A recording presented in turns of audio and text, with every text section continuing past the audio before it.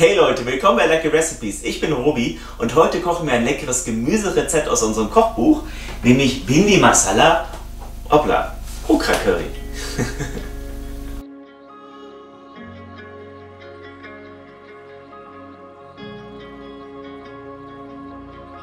Den Anfang macht aber nicht die Okra, sondern ein Teil unserer Soßengrundlage. Nehmt euren Joghurt und eure Sahne frühzeitig aus dem Kühlschrank, damit sie später beim Kochen Zimmertemperatur haben und nicht ausflocken.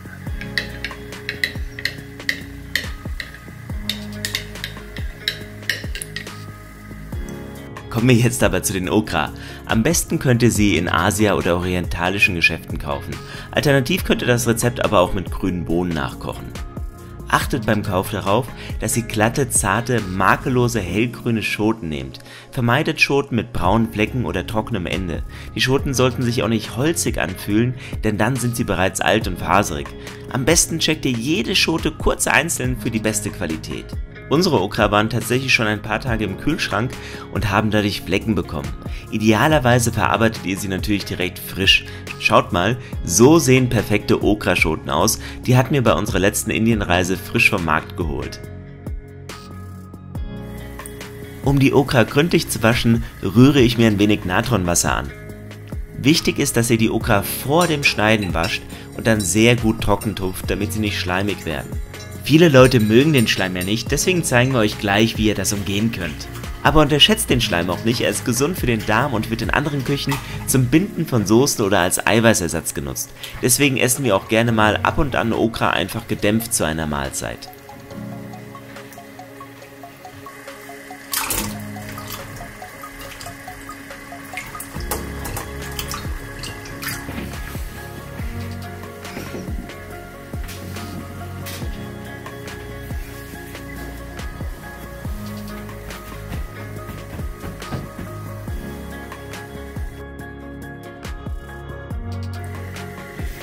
Ich persönlich bin ja ein großer Okra-Fan, nicht nur weil sie gut schmecken, sondern weil sie auch echt hübsch sind. Ich meine, schaut euch mal diese schöne filigrane Form und den sternförmigen Aufbau an.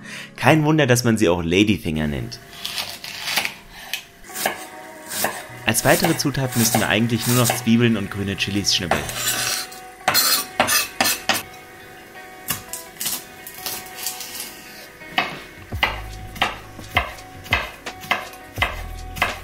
Jetzt braten wir zunächst die Okra schön scharf an, damit sie knusprig werden. Durch das scharfe Anbraten vermeidet ihr auch, dass sich Schleim bildet.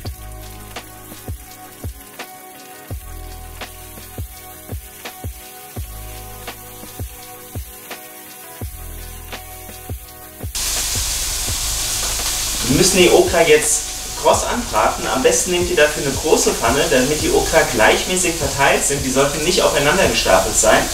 Und dann dauert das Ganze, würde ich mal sagen, so 7 bis 8 Minuten und wir zeigen euch gleich das Ergebnis.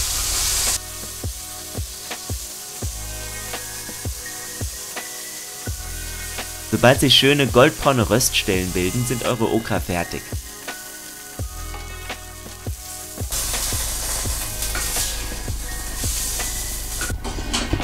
So, schaue ich das mal an. Schön kross geworden. Und natürlich doch sehr heiß. Aber so sieht das Ganze dann am Ende aus. Und dass sie wirklich knusprig sind, hört man sogar auf Distanz.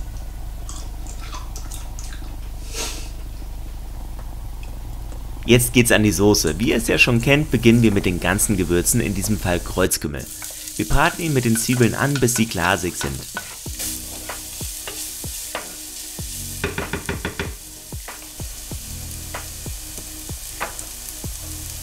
Dann folgen Chilis, Pulvergewürze und Knobi-Ingwerpaste. Bratet alles etwa 30 Sekunden an, bis die Paste nicht mehr roh riecht.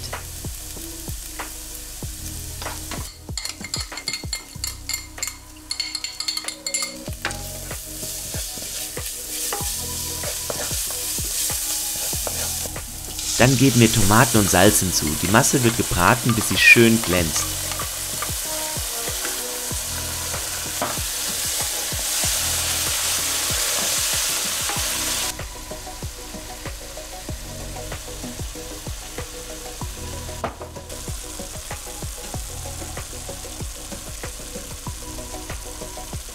Jetzt geben wir noch unseren selbstgemachten Sahnejoghurt hinzu und rühren ihn vorsichtig unter.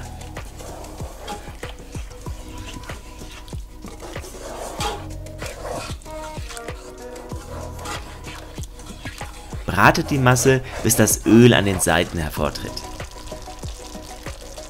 Nun geben wir unsere schönen krosten Okras wieder hinzu und machen den Herd aus. Im Bhindi Masala kommen Okras wirklich richtig schön zur Geltung, sowohl in ihrer Farbe als auch in ihrem Geschmack.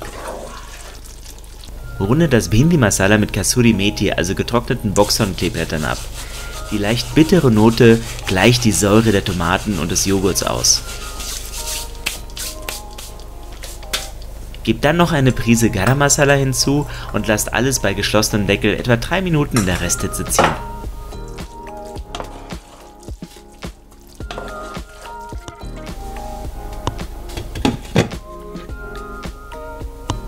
Fertig ist euer Gericht mit einer der ältesten Gemüsepflanzen der Welt. Bhindi Masala schmeckt nicht nur top, sondern ist auch reich an Ballaststoffen und den Vitaminen C und K. Serviert das Bhindi Masala mit frisch gebackenen Chapatis oder einfach mit Basmati-Reis. Wenn ihr Lust habt auf noch mehr indische Rezepte, dann abonniert auf jeden Fall unseren Kanal und schaut doch mal in unser Buch Kochen wir in Indien, den Link findet ihr in der Beschreibung. Also, bis zum nächsten Mal, tschüss!